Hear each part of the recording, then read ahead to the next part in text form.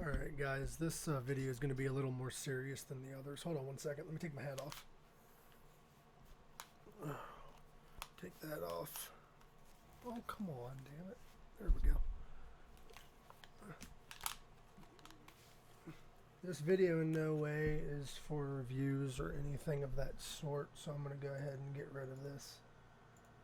Alright, so today, in this video, I'm going to discuss depression, anxiety, and a little bit of post-traumatic stress disorder.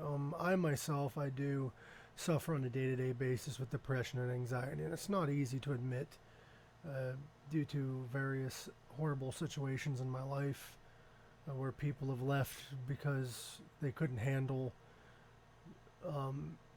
me having depression and anxiety. My moods aren't up and down a whole lot. They're just hard to, when I go to people with my issues, some people just can't handle it. That's just the reality. Some people like to just be positive all the time. And life isn't all rainbows, and it's all right. Your feelings are valid, and that's why I'm doing this video, to reach out to those who also suffer. Your feelings are valid. You have every right to feel that way. But just know that it will pass. And things will get better. I know that's cliche, but they will eventually get better. And I'm kind of going to try to spread awareness for those who, might not understand, or you want to know, how can I tell if my friend's not having a very good mental health day? I want to be there for them, but I don't know. And this will kind of help. Here's some symptoms of anxiety. Feeling nervous, restless, or tense, having the sense of impending danger, panic, or doom, having an increased heart rate, breathing rapidly, hypervention, sweating, trembling, feeling weak or tired, trouble concentrating or thinking about anything other than the present worry, having trouble sleeping, experiencing gastrointestinal problems, having difficulty controlling worry, having the urge to avoid things that trigger anxiety. That's what they're going through. That's the symptoms of anxiety. Now, you're probably wondering, how can I tell if my friend is suffering from anxiety or depression? Well, here's some ways to tell by behavioral differences. If they're more quiet than usual, they use the excuse, sorry, it's a weird wording. They use the excuse, I'm tired, a lot. They tend to lose their appetite. They avoid eye contact with you. They want to be alone a lot. They smile for a moment but go back to the blank expression afterwards. They struggle to stay engaged in conversation. They've become emotionally distanced. They become apathetic about things they'd normally be engaged in. They have big mood swings. They avoid making future plans. They have difficulty concentrating. They start talking about bleakly things. They start giving short responses. They get irritated with little things. And you notice little things is in quotes because they're not little things to them. It's things that actually bother them. And the thing is if you have anxiety or depression and you need to talk to people, talk to people. The right people will stay. It's hard, I know. I have issues every day opening up to people. But you can't have people in your life that are only there for the entertainment purposes, or only there for the positives. We're all human. We all have our ups, we all have our downs. So yeah, don't be afraid to talk. Don't be afraid to open up. I know you're like, well, I don't want to lose that person. Well, that person wasn't worth having anyway, if you can't open up to them. Sorry, not sorry. But yeah. Also, here's a little number for you guys. I know it doesn't help everyone, but the Suicide Prevention Hotline, they're open 24 hours. It's 1-800-273-8255. You're not alone in this struggle. There's millions of people that struggle with this. Now, some of you are like, well, how do I cope if I don't want to talk to people? Because some people just don't want to talk. And you don't know how to reach out to these people because they don't want to talk. Let them know you're there for them. Let them know that you're not going to judge them. Let them know that you're not being distanced from them because you don't want them around. Just let them know, hey, I know that things are going wrong with you. If you need to talk, I'm here. And that's all you can really do. And you can kind of give them this word of advice. Here's some things to help cope if you have these problems. Hold on. There we go. Some coping skills include breathing exercises such as paced breathing, which is breathe in really deep and breathe out and just focus on your breaths. And it does make it help anxiety go away. Practicing meditation or mindfulness. There are apps for this. There are YouTube videos that you can do. There's Power Thoughts Meditation, which is a good one, where you can just close your eyes and you listen to the video and you just do what the video tells you to. There's different ones. There's affirmations on there. There's a lot of different things that you can do on that video that will help. You can also keep a journal with you. You can write a list of reasons why you've stayed alive or what stops you from hurting yourself.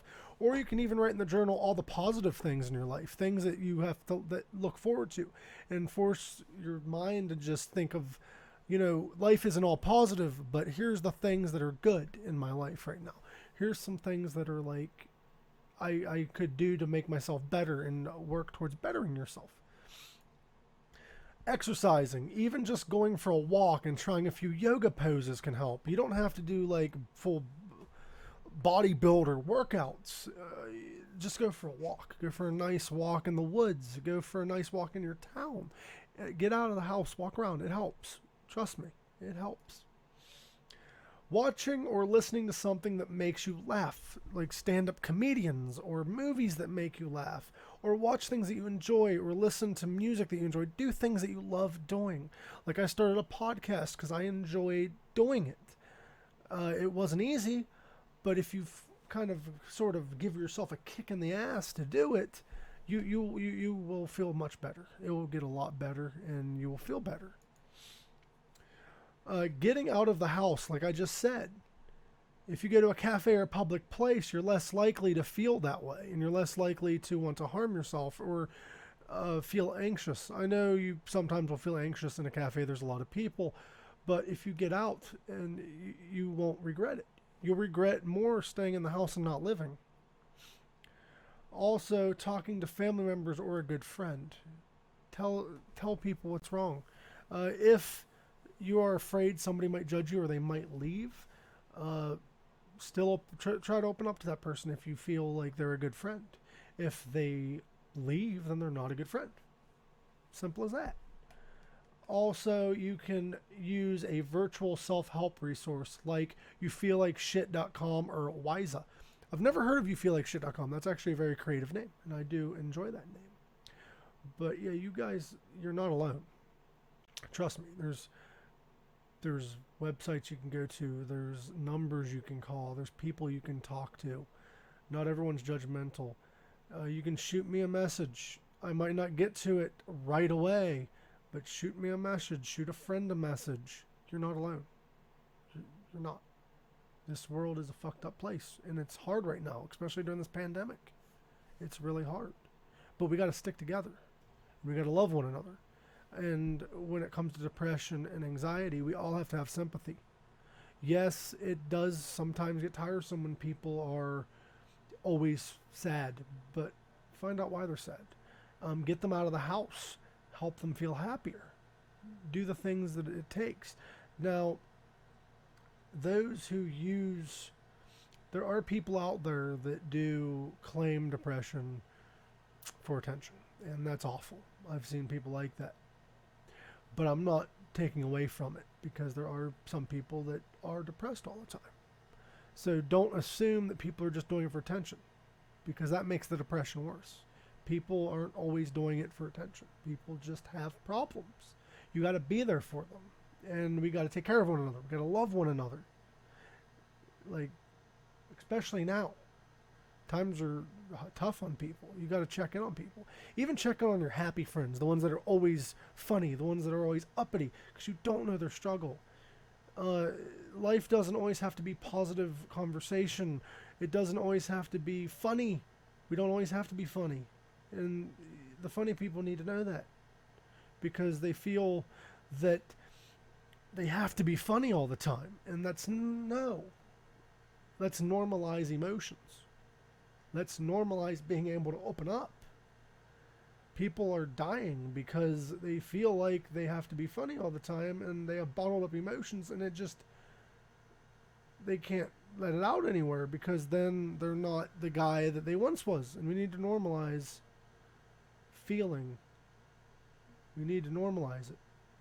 No more judging people because of it. No more judging people because they're not funny at that particular moment in time. I understand in the world of memes, people feel like they got to be funny. They got to keep people entertained because blah blah blah. And I'm the same way. I feel like I got to keep people entertained because I know what darkness is like, and I don't want to see other people there. But on the flip side, we have to normalize people being able to talk about their own problems. You can cheer other people up, but if they really need to talk, they need to know it's okay, and it's okay. Let's normalize it.